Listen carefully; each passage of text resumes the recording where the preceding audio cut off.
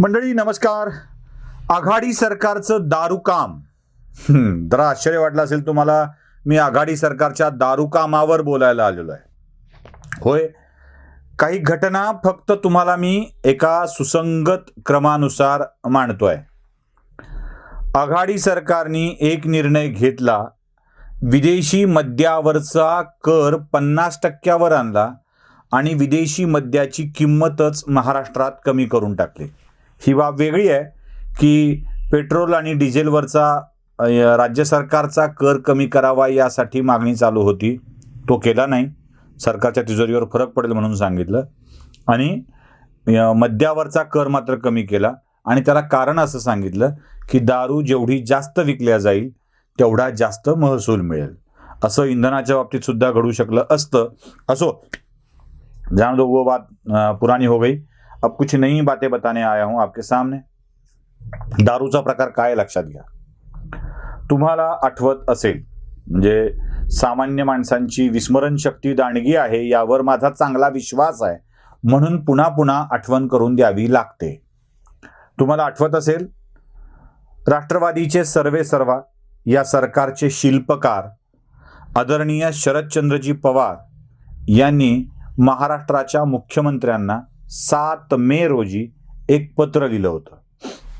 ते पत्र होतं, महाराष्ट्रातील दारू उत्पादकांना कोरोनाच्या बंदीत दिलासा मिळावा यासाठी राज्य सरकारने त्यांना आकारलेल्या करामध्ये सवलत देणं आवश्यक आहे. पत्र तुम्ही बघताय.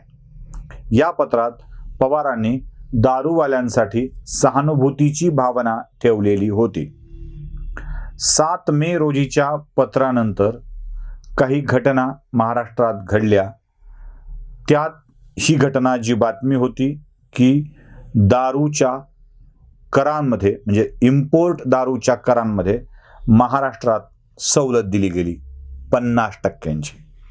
याच वेळेला राज्याचे पर्यावरण मंत्री आदित्य ठाकरे हे विदेश दौऱ्यावर होते. ते विदेश दौऱ्यावर असताना राज्याचं मंत्रिमंडळ विदेशी दारूला महाराष्ट्रात सवलत देत होतं.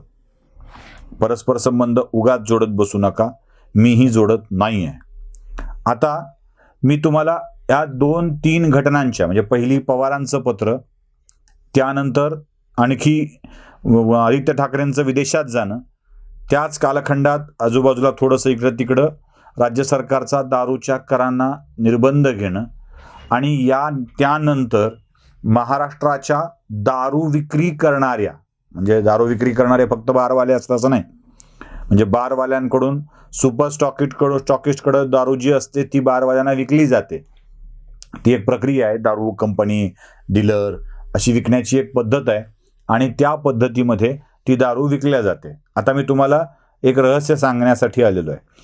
मुंबईमध्ये अशी एक कंपनी आहे असं म्हणतात की जी विदेशी आणि मद्य आणि वाईन यांची विक्री मुंबईमध्ये करत असते.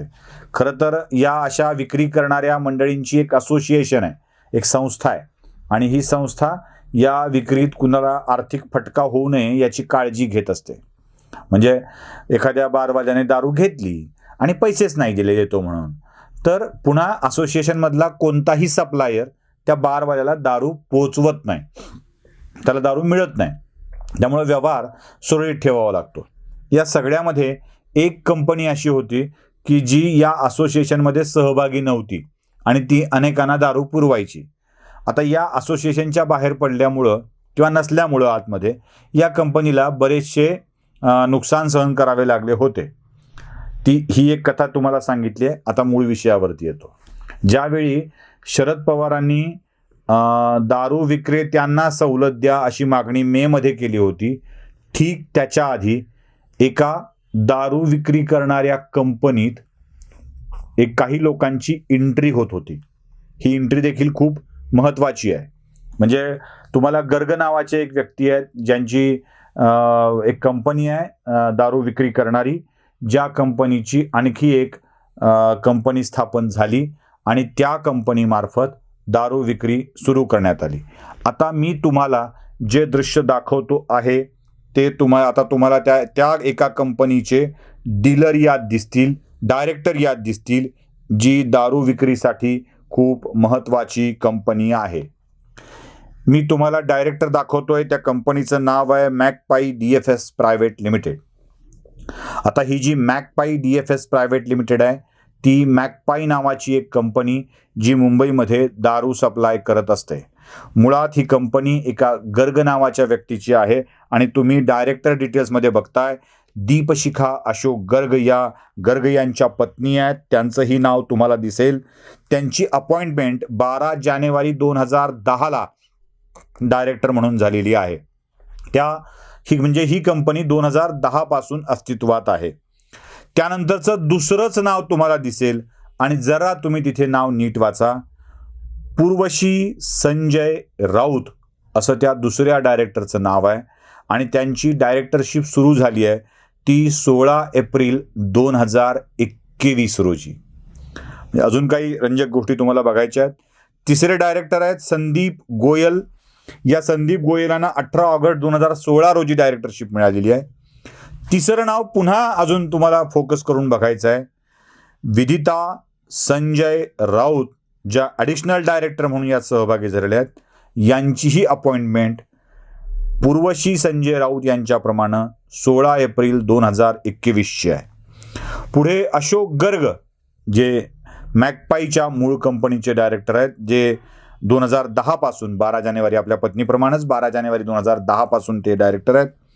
आणि आता शेवटचं आणखी एक नाव तुम्हाला जरा मी मुद्दाम फोकस करून बघा असा आग्रह करतोय. शेवटचं नाव आहे सुजित मुकुंद पाटकर आणि त्यांची एंट्री ही 16 एप्रिल 2021 आहे.